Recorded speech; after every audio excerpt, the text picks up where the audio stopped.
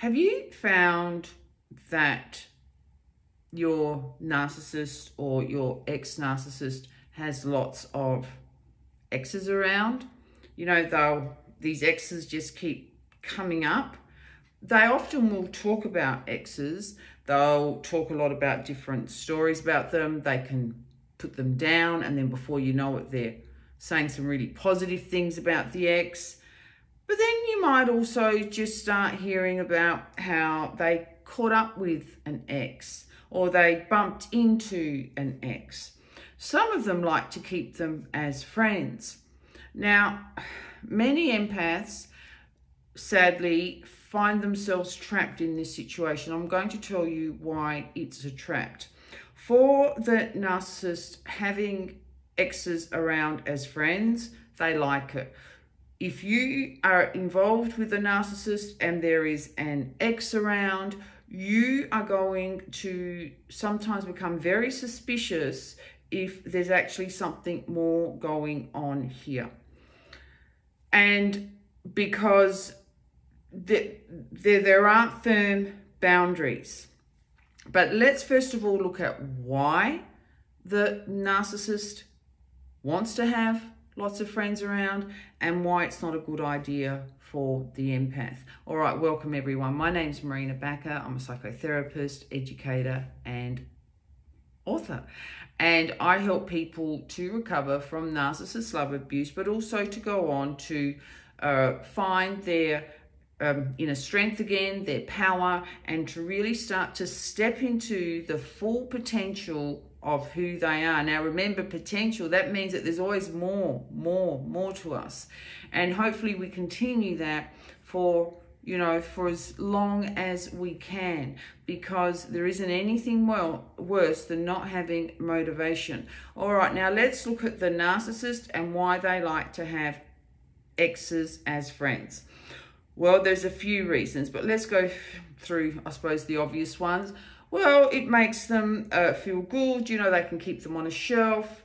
And if they ever break up with whomever they're with, not that you will ever know, even if you are an ex and you're still their friend, you won't ever really know what's going on.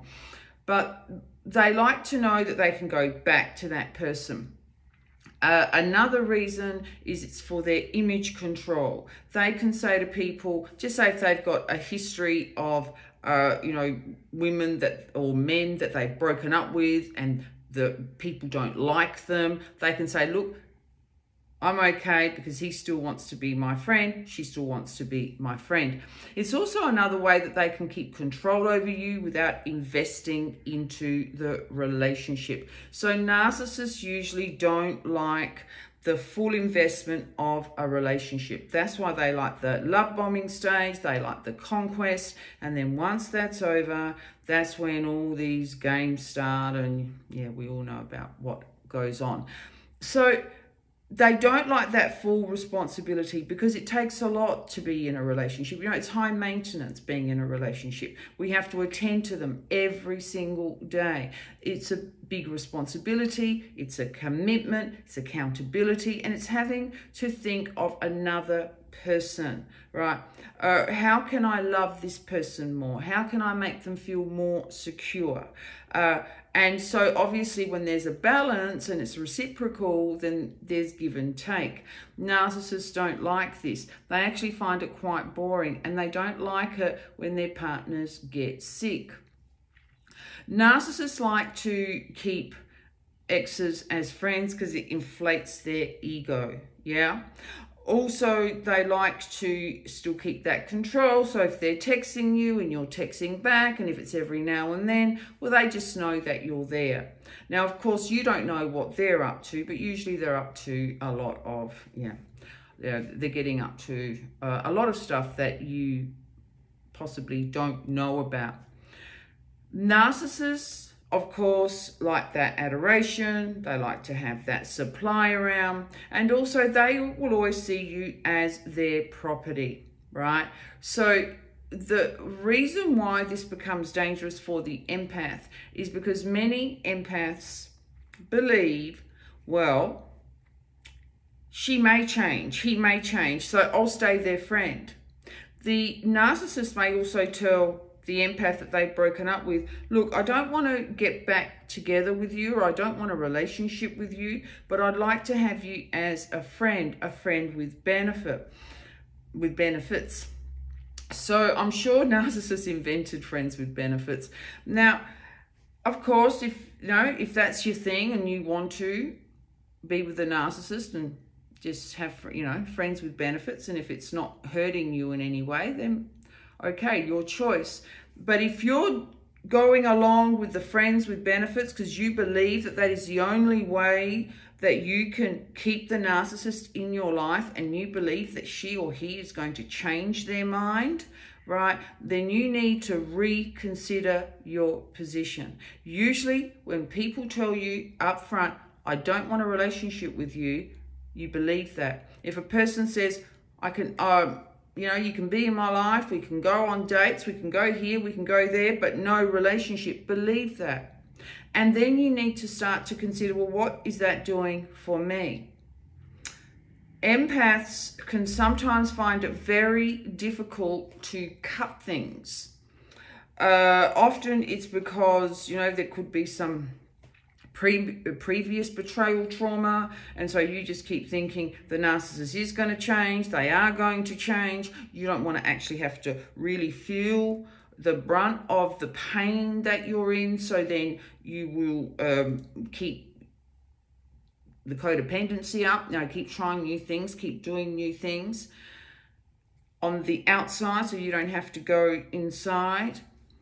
Research tells us that when you've broken up with someone, that person will not hold you in that same regard. You will not ever be that priority again. And many empaths keep waiting for the narcissist to make them that priority again.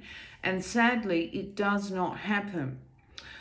Staying friends with exes, that's obviously a personal thing, but I don't really encourage it, because I believe that we need to have very firm boundaries, and in particular if you are wanting to meet someone new.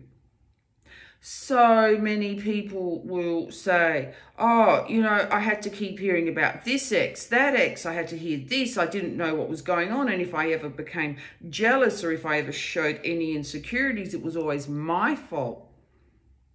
I really do believe that when you go into a relationship with someone, it's just good to have those boundaries. No one wants to have to keep hearing about exes. No one has to keep wanting to know that they're around. It's not to say that we still can't be friends with exes, ex-wives, ex-husbands. We know blended families. All of that stuff, of course, is good. I'm not talking about things in that regard.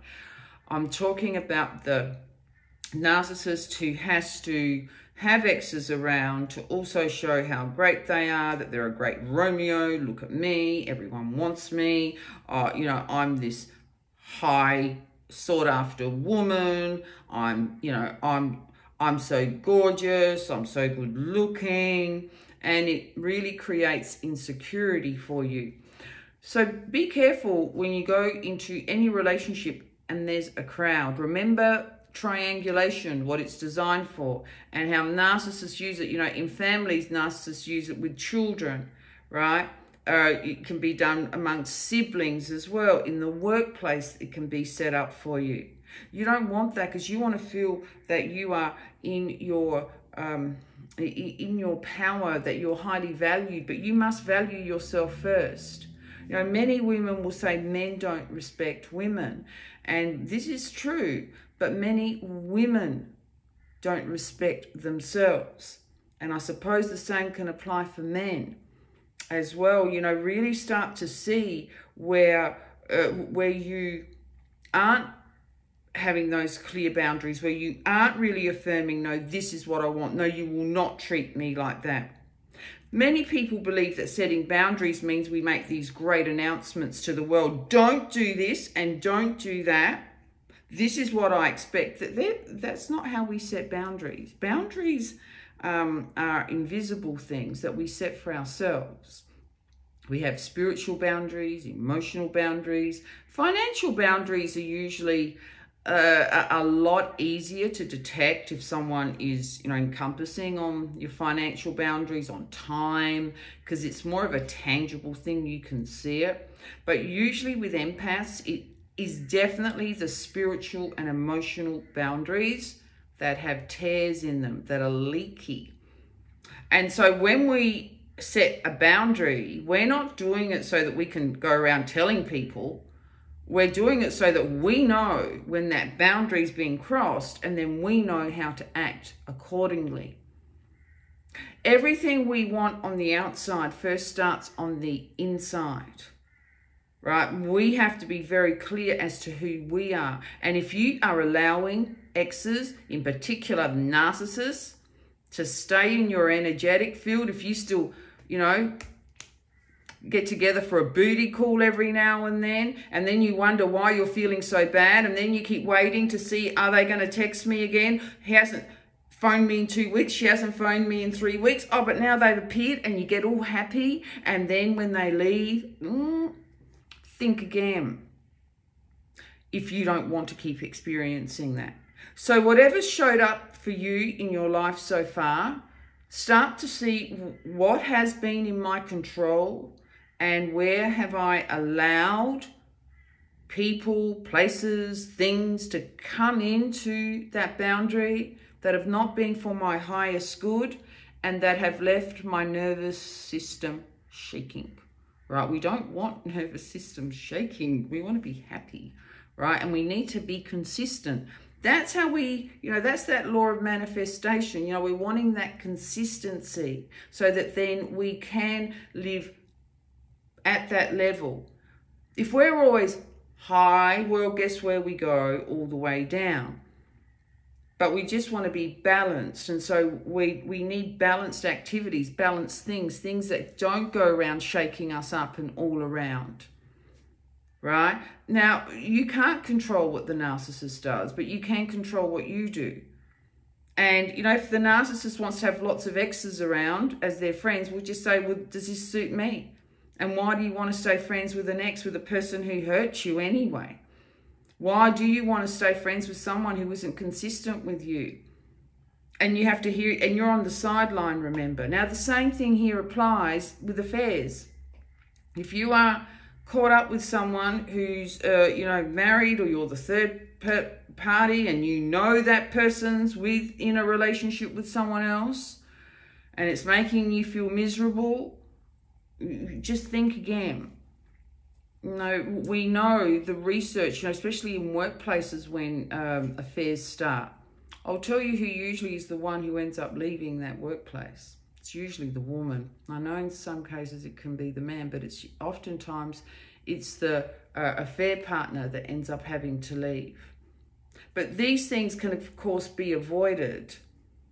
Or, if you meet someone and there's a separation under the same roof, and I'm not saying these things can't happen, but just play things forward. How is this going to make me feel?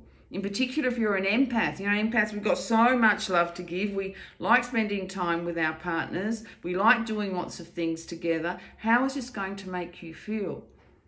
Of course, if the person has a game plan and you can see that it's legitimate, then you can reconsider. Now, why am I talking to you about these things? Because there is so much that happens to us that if we had really been honest with ourselves, and if we had listened to our intrinsic compass, if we had really followed our values, and if we lived by those values, we would say this person is not for us.